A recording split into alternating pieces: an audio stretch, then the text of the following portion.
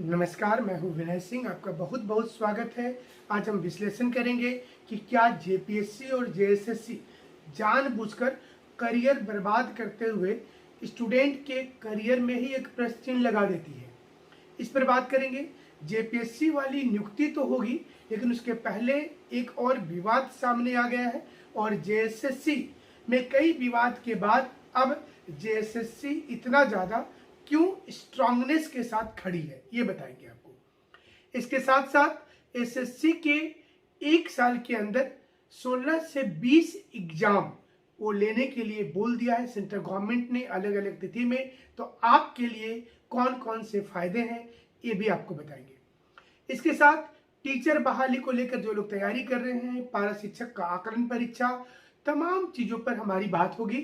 और शुरुआत करेंगे कि सरकार के जो वकील हैं, आप जैसा जानते होंगे कि इन दिनों सरकार की ओर से कपिल सिब्बल और मुकुल रस्तोगी दो महत्वपूर्ण अलग अलग सुनवाई कर रहे हैं। ऐसे में प्रति डेट में मुकुल रस्तोगी को 18 लाख रुपया और कपिल सिब्बल को 22 लाख रुपया दिया जाता है। यानी कि ये दोनों की फीस अगर मिला दिया जाए तो आप अंदाजा कर सकते हैं 40 लाख रुपया एक डेट में खर्च होता है।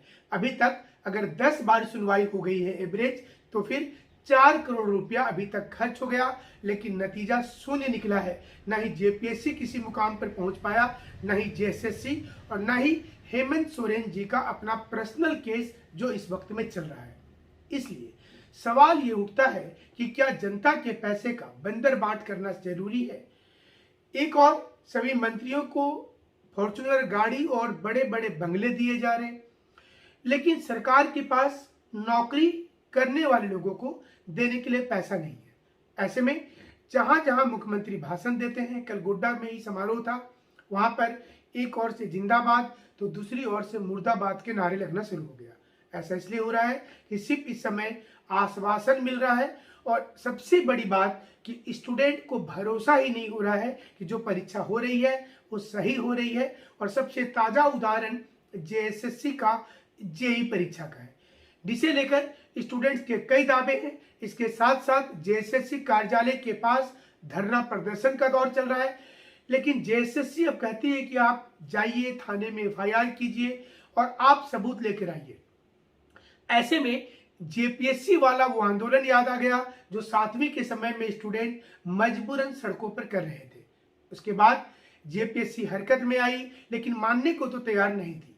होना क्या चाहिए? होना यह चाहिए कि अगर बड़ी संख्या में आरोप लगाया जाता है तो इन दिनों सोशल मीडिया का जमाना है, सरकार के पास कई साइबर सेल के एक्सपर्ट बैठे हुए हैं।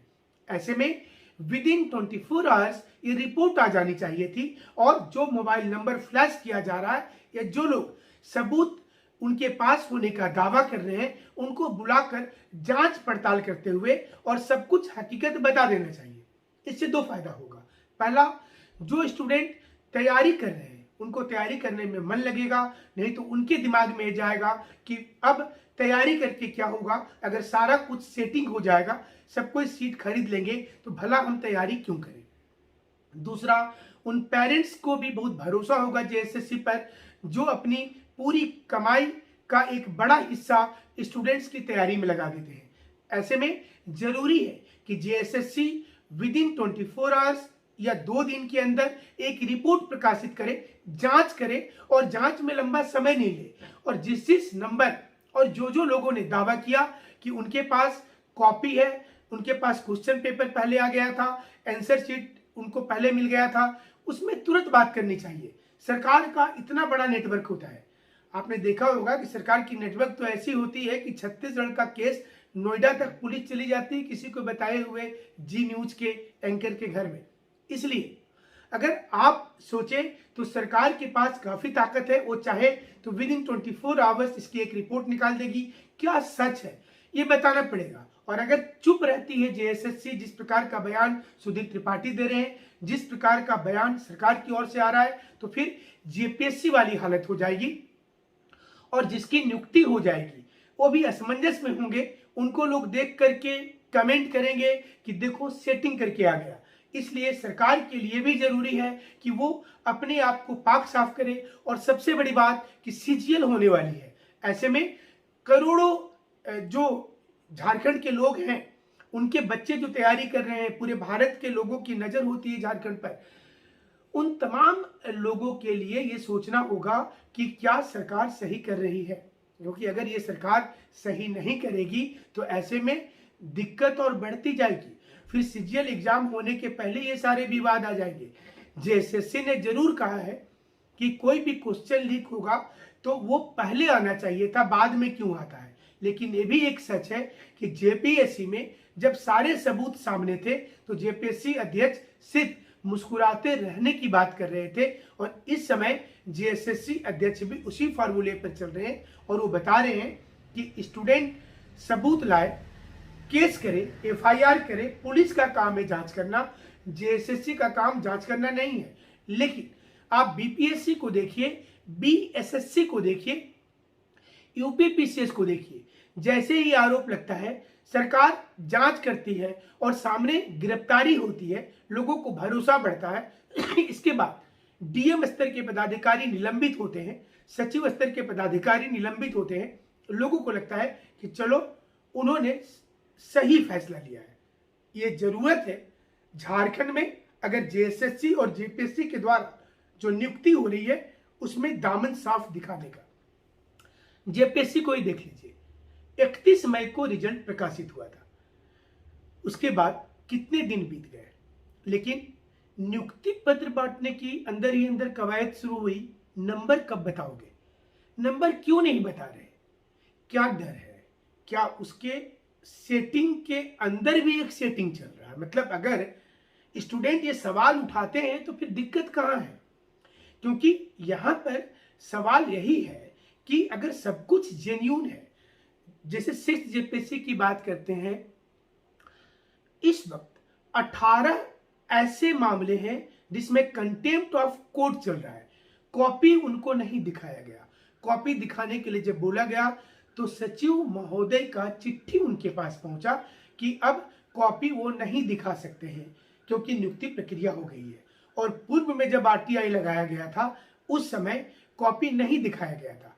हाईकोर्ट ने आदेश दिया, हाईकोर्ट ने आदेश दिया कि इन कैंडिडेट्स को, चूंकि गोपनीय मामला है तो नाम नहीं बताएंगे और हमारी वो आदत में नहीं है कि हर चीज में चिट्ठी दिखा दें, तो ये गोपनीय मामला है और इसमें जेपीएससी को बोला गया कि आप इनको विदिन 1 वीक कॉपी दिखाइए, फिर भी नहीं दिखाया।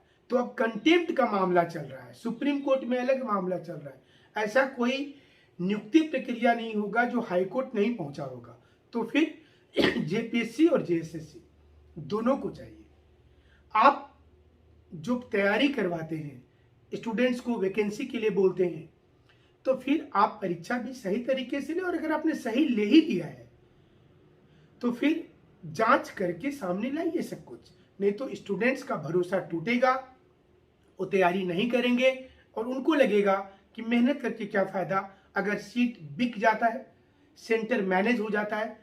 तो ये तो 40,000 स्टूडेंट की बात थी, लेकिन जब 4 लाख बच्चे बैठेंगे तब क्या होगा, जब 15 लाख बच्चे हो जाएंगे तब क्या होगा, वो सारी स्थितियों को समझने की जरूरत है।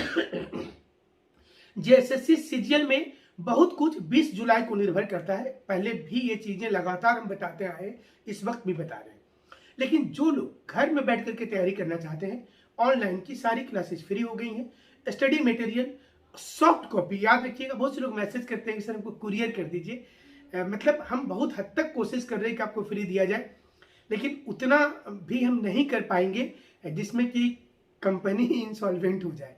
तो आपको हम घर तक तो नहीं भेज सकते कुरियर, बट आप सॉफ्ट कॉपी सारे का, और हमारे यहाँ पीडीएफ नहीं होता है, क्लियर कर देते हैं।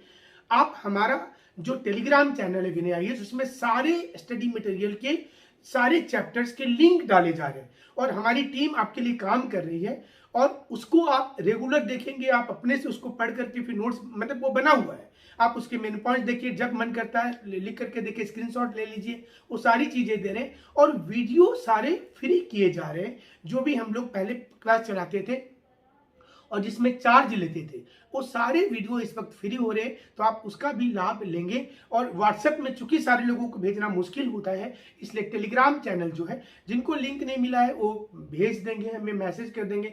ऐसे हमारे यूट्यूब में भी टेलीग्राम का लिंक डाला हुआ है, तो आप उसमें भी क्लिक करके उसको ज्वाइन कर सकते हैं। अब आपको ये बता दें कि झारखंड में नियुक्ति प्रक्रिया चल रही है। इसी बीच में सेंट्रल गवर्नमेंट ने एक साथ 16 परीक्षा का शेड्यूल जारी कर दिया है। 2023 तक में 16 एग्जाम होगा। खास बात यह है कि जेएसएससी सीजीएल यहाँ हो रहा है, वहां भी एक सीजीएल होने वाला है और एक सीजीएल प्रक्रिया मतलब चल रहा है और दूसरे सीजीएल का डेट भी अनाउंस हो गया है। अब झारखंड में सरकार को ये चाहिए कि वो टक्कर देते हुए केंद्र सरकार को वो भी अपना शेड्यूल जारी कर दे और उस शेड्यूल के द्वारा ही परीक्षा ले, क्योंकि पिछली बार एग्जाम का शेड्यूल तो आया लेकिन स्टूडेंट को भरोसा नहीं होता, क्योंकि ऐसा शेड्यूल कई बार आया गया तो लोगों को लगता है कि एक नॉर्मल प्रक्रिया है झारखंड में, हमको इससे ज्यादा मतलब नहीं है। फिर भी हम बताना चाहेंगे कि आप तैयारी जरूर करते रहिए, अपने आप को सॉलिडिफिकेशन में करिए। झारखंड के लिए सिर्फ आपको एक क्षेत्रीय भाषा पढ़ना होगा एक्स्ट्रा, और जेएसएससी के लिए झारखंड का नॉलेज चाहिए। बाकी अगर आप मैथ रीजनिंग पढ़ाई कर रहे हैं, कंप्यूटर पढ़ाई कर रहे हैं, इंग्लिश पढ़ाई कर रहे हैं, तो एसएससी में सारी चीजें आपको काम आ जाएगी।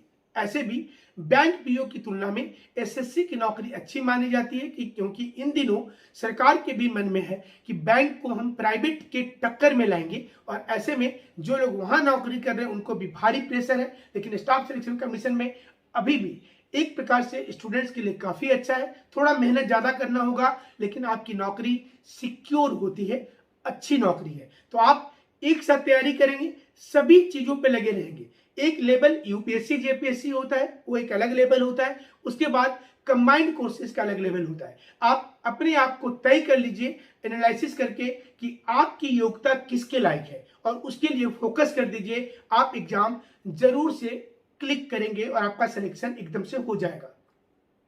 अब आपको बताते हैं कि इन दिनों मुख्यमंत्री जहां जहां भाषण देने जा रहे हैं, स्टूडेंट की हूटिंग हो जाती है। पिछले एक सप्ताह में 3 बार ऐसा हो गया। इसका कारण यह है कि सिर्फ आश्वासन के चलते लोग नाराज हैं। हालांकि पारा शिक्षकों का एक वर्ग समर्थन कर रहा है, लेकिन दूसरे वर्ग का मानना है कि जो सोच करके उन्होंने सत्ता में लाया था सरकार को, वो अभी तक नहीं मिला। जो मिला वो काफी नहीं है, और यही कारण है कि टीचर की बहाली को लेकर, जैसे हमने कल ही बताया कि लगता है इस बार हो जाएगा, क्योंकि सरकार के ऊपर दबाव और प्रेशर है।